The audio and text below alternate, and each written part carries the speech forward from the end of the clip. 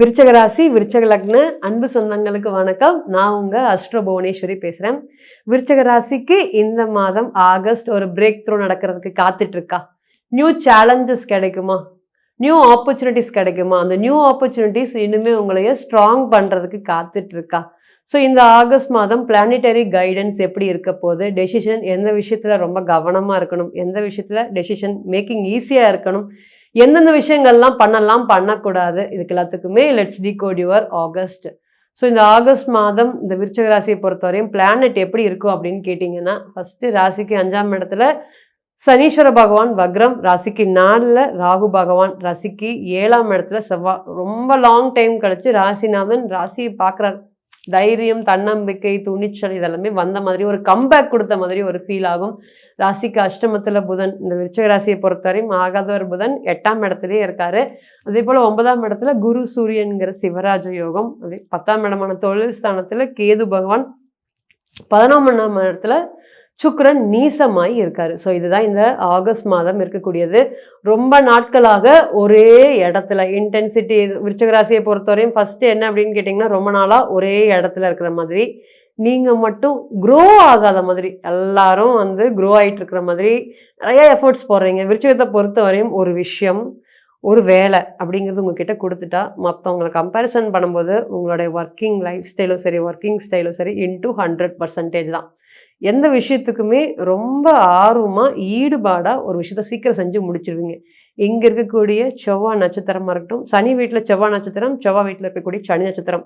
So இது எப்படி இருக்கும் அப்படின்னு கேட்டிங்கன்னா, ரொம்ப ஹார்ட் ஒர்க்கிங் பர்சனாலிட்டிஸ் அப்படிங்கிற சொல்லலாம். அந்த வேலையை முடிச்சதுக்கப்புறம் நான் எதாக இருந்தாலும் பார்த்துக்கிறேன் அப்படிங்கிற மாதிரி தைரியமாக சொல்லுவாங்க. சாப்பாடு, தண்ணி, டீ, இந்த 3 விஷயத்தில் டீ குடிச்சிட்டாதான் அதிக நாட்களாக வேலை செய்கிறவங்க இந்த விருச்சக ராசி தான். அதனால தனக்கு என்ன அப்படின்னு நினைக்கவே மாட்டாங்க. எப்போவுமே அடுத்தவங்களுடைய நலல், அதே போல் வேலை செய்கிற இடத்துல இருக்கக்கூடிய விஷயங்கள், இது எல்லாம் எவ்வளோ பெரிய நெகட்டிவாக இருந்தாலும் அதுக்கு ஏற்ற மாதிரி உங்களை நீங்கள் அடாப்ட் பண்ணிக்குவீங்க. இந்த கேரக்டர் தான் இன்றைக்கி உங்களுக்கு சேம் பாசிட்டிவாக இருந்த விஷயங்களும் இன்றைக்கி நெகட்டிவாக இருக்குது. ஏன் நான் மட்டும் இன்றைக்கி அதே இடத்துல இருக்கிறேன், ஏன் நான் மட்டும் ஃபினான்ஷியல் சேவ் பண்ண முடியல, சேமிக்க முடியல, சேமித்த பணத்தை எனக்காக யூஸ் பண்ண முடியல, இந்த மாதிரி நிறைய வருத்தங்கள் இன்னைக்கு உங்களுக்கு போயிட்டுருக்கு. ஸோ இந்த விஷயங்கள் எல்லாமே விருச்சிக ராசியை பொறுத்த நம்ம கேரக்டர் அப்படின்னு சொல்லும் போதே எதாக இருந்தாலும் வெளிப்படை தன்மை. இங்கே ராசிக்கு அஷ்டமாதிபதி செவ்வாய் அப்படின்னோடனே எல்லாரும் பயந்துருவாங்க. தேல் மாதிரிங்க, தேல் மாதிரி கொட்ட ஆரம்பிச்சிடுவாங்க. தேல் மாதிரி இல்லை, ஒரு ஆலமரம் மாதிரின்னு சொல்லலாம். ஸோ எல்லாத்துக்கும் ஒரு நிழல் கொடுக்குறவங்க, ஒரு ஃபாதர் மாதிரி ஒரு ப்ரொடெக்ட் பண்ணக்கூடியவங்க, ஒரு மதர் மாதிரி ப்ரொடெக்ட் பண்ணக்கூடியவங்க. 25 வயசு 30 வயசுலேயே பார்த்திங்கன்னா அனுபவ அறிவு ரொம்ப அதிகமாக இருக்கும். இந்த விஷயத்தை இப்படி பண்ணுனா, யாருமே இல்லாமல் வளர்ந்தவங்க தான் இந்த விருச்சம். இந்த விஷயத்தை இப்படி பண்ணுனா சக்ஸஸ், யார்கிட்டயாவது கன்க்ளூஷன் கேட்கணும்னா விருச்சகத்திட்ட போய் கேளுங்க, கரெக்டாக சொல்லுவாங்க.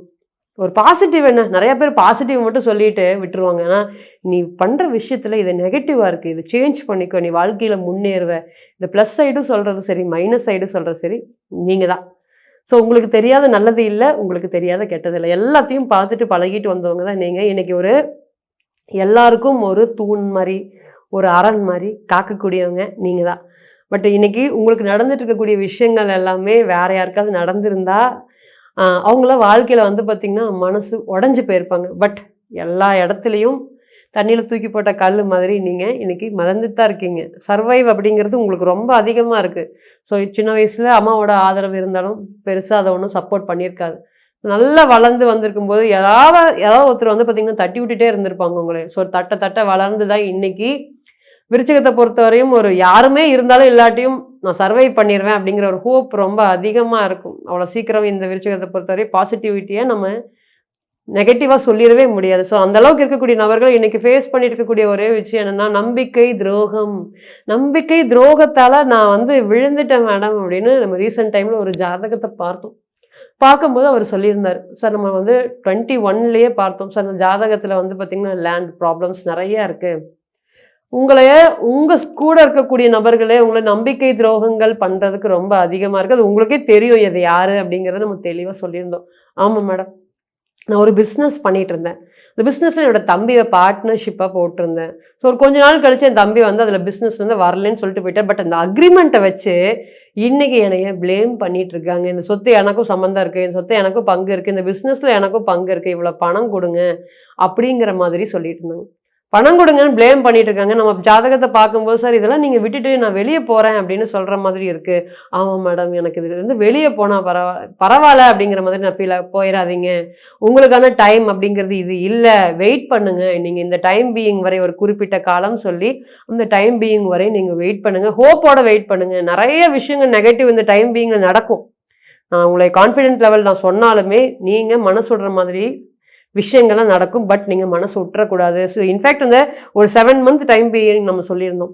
7 மந்த்தில் கிட்டத்தட்ட ஒரு 3 தடவை கால் பண்ணிட்டார். மேடம் என்னால் முடியல, மேடம் என்னால் முடியல, வேண்டாம் இதுலேருந்து நான் மீண்டு வெளியே வந்துடுறேன், நான் பிஸ்னஸை விட்டுட்டு வந்துடுறேன், அவங்களுக்கே கொடுத்துட்டு வந்துடுறேன், அதுதான் நான் அவங்களுக்கு ஆசை அப்படிங்கிற மாதிரி சொல்லியிருந்தாங்க. இருந்தாலும் இல்லை வெயிட் பண்ணுங்க அப்படின்னு கரெக்டான அவருடைய டைம் வந்துச்சு. அப்போ அவர் என்ன பண்ணினார் அப்படின்னு கேட்டிங்கன்னா, அவங்களுக்கு ஆப்போசிட்டாக அகெயின்ஸ்ட் அந்த பர்சன்ஸோடைய விஷயங்கள்லாம் இவர் ஈஸியாக ஃபைண்ட் அவுட் பண்ணி அவங்க எனக்கு இது வேண்டாம், இந்த எந்த பிரச்சனையும் எனக்கு வேண்டாம், அவங்களோட பிஸ்னஸை நீங்களே வச்சுக்கோங்க அப்படிங்கிற மாதிரி கொடுத்துட்டு அவங்களோட லேண்டு ப்ராப்ளத்தையும் அவங்களே எனக்கு வேண்டான்னு கிளியர் பண்ணி இந்த விருச்சிக ராசிகிட்ட கொடுத்துட்டு போயிட்டாங்க. பட் அவர் நம்ம ஃபோன் பண்ணும்போது நம்ம இந்த டெசிஷன் எடுக்காமல் இருந்தால் அவர் எல்லாத்தையும் அவங்க கிட்ட கொடுத்துட்டு ஒப்படைச்சிட்டு வெளியே வந்திருப்பார். பட் இன்னைக்கு அவங்க அந்த விஷயத்த நம்மளால முடிஞ்சது பிளானட்டரி கைடன்ஸ் அப்படிங்கிறது அவருக்கு ரொம்ப பிறந்த கால ஜாதகம் அவருக்கு ரொம்ப ஸ்ட்ராங்காக சப்போர்ட் பண்ணிச்சு. நம்ம பிரசன்னம் போட்டு பார்த்தா அவருக்கு தெய்வ அனுகூலம் அப்படிங்கிறது ரொம்ப ஸ்ட்ராங்காக இருக்குது அப்படிங்கிறது இண்டிகேஷன் பண்ணிச்சு. அந்த தெய்வம் அந்த சொத்தை காப்பாற்றி கொடுக்கணும் அப்படிங்கிற ஒரு விஷயத்தோட இருந்தது. அதனால இன்னைக்கு அவர் அந்த சொத்தை காப்பாற்றிட்டார். இதுலேருந்து என்ன தெரியுது அப்படின்னு கேட்டிங்கன்னா, ஒரு பிறந்த கால ஜாதகம் எந்த ஒரு மேஜரான டெசிஷன் நீங்கள் எடுக்கிறதா இருந்தாலும் தனிப்பட்ட ஜாதகம் கொடுக்கக்கூடிய அனலைஸை எந்த ஒரு மந்த்லி பிளானட்டரி காம்பினேஷனோ மந்த்லி பிளானட்டரி கன்ஜெக்ஷனோ கொடுக்குமான்னு கேட்டிங்கன்னா கொடுக்காது. ஸோ தனிப்பட்ட ஜாதகம் தான் ஒரு விஷயத்த ஃபைனல் ரிசல்ட், ஃபைனல் தசா புத்தி என்ன நடக்கிறதுக்கு காத்துட்ருக்கு, எந்தெந்த விஷயங்கள்லாம் பாசிட்டிவ் நெகட்டிவ் எந்த காலங்கள் எது வரைக்கும் அப்படிங்கிறதுக்கு ஒரு பதில் சொல்கிறதுக்கு கடமைப்பட்டிருக்கு அப்படிங்கிறது மறந்துடவே கூடாது. ஸோ இந்த டைம் பீயிங்கில் இந்த ஆகஸ்ட் மாதம் ஃபஸ்ட்டு கரியர் ரிலேட்டடாக பார்த்தோன்னா நிறைய நியூ ஜாப் ஆப்பர்ச்சுனிட்டிஸ், நியூ ஸ்கில்ஸை இம்ப்ரூவ் பண்ணுறதுக்கு நான் ஆல்ரெடி நல்லா இம்ப்ரூவ் பண்ணிட்டேன். பட் மறுபடியும் என்னைய கற்றுக்கொள்வதற்கு வந்து பார்த்திங்கன்னா ஒரு ஆப்பர்ச்சுனிட்டிஸ் வருது அப்படின்னா அதை கண்டிப்பாக யூட்டிலைஸ் பண்ணிக்கோங்க. இது ஒரு லேர்னிங் பீரியடாக இந்த விருச்சிக ராசியை பொறுத்தவரையும் கண்டிப்பாக இருக்கும். 8ஆம் அதிபதி 8ஆம் இடத்துலையே இருக்கார். ஸோ அதனால் எந்த ஒரு பாதிப்பும் இல்லை. நிறைய ஆயில் சம்மந்தப்பட்ட எனக்கு லைஃப் ஸ்பேன் இஷ்யூஸ் அப்படிங்கிறது ரொம்ப அதிகமாக இருக்குது. லைஃப் ஸ்பேனை பற்றி பயமாக இருக்குது. நான் ரீசெண்ட் டைமில் ஒரு டெத் நியூஸ் கேட்குறேன், அதை பார்த்தோன்னே எனக்கு வந்து அது நினச்சி பயமாக இருக்குது அப்படின்னு சொல்லிட்டு இருந்த உங்களுக்கு இனி அந்த லைஃப் ஸ்பேன் இஷ்யூஸ் அப்படிங்கிறதெல்லாம் படிப்படியாக கிளியர் ஆக போகுது. ராசி அதிபதி ராசியை பார்க்குறதுனால மேரேஜ் லைஃப்பில் இருக்கக்கூடிய கான்ஃப்ளிக்ஸ் ப்ராப்ளம்ஸ் எல்லாமே கிளியர் ஆக போகுது. இத்தனை நாளாக ஒரு பேச்சுவார்த்தை இல்லாமல் ஒரு மேரேஜ் லைஃப் அப்படிங்கிறது கண்டினியூ ஆகிட்டே இருக்குது. நீயா நானா அப்படிங்கிற ஒரு போட்டியெல்லாம் ரொம்ப அதிகமாக இருக்குது. அதை சாட்டன் வக்ரமாகி பார்க்குறாரப்ப இந்த நேரத்தில் என்ன கொடுக்கும் அப்படின்னு கேட்டிங்கன்னா, நீ நான் அப்படின்னு யோசிக்கிறத விட நம்ம எல்லாரும் சேர்ந்து யோசி அப்படிங்கிற மாதிரி ஒரு பாசிட்டிவிட்டியை க்ரியேட் பண்ண போகிறார். அதனால் family reunion after long time அப்படிங்கும்போது லாங் டைமுக்கு அப்புறம் இன்றைக்கி வந்து ஃபேமிலி ரீயூனியன் அப்படிங்கிறது கிடைக்க போகுது.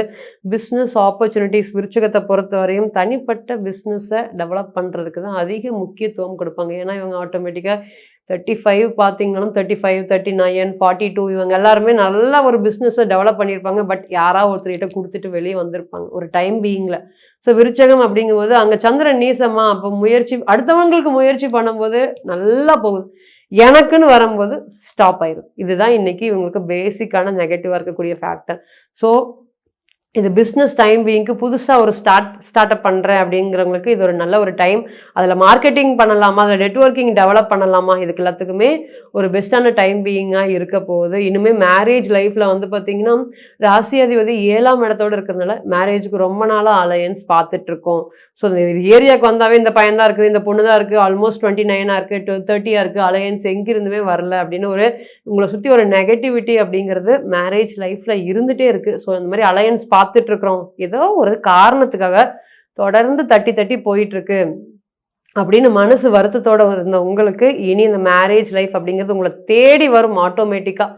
ஸோ அதுக்காக மேரேஜ் லைஃப்க்கு உண்டான எஃபர்ட்ஸ் எல்லாமே இனி அதிகமாக பார்க்க போகலாம். 7ஆம் இடத்ததிபதி 7ஆம் அதிபதியோட ஸ்ட்ராங்காக இருக்கார்.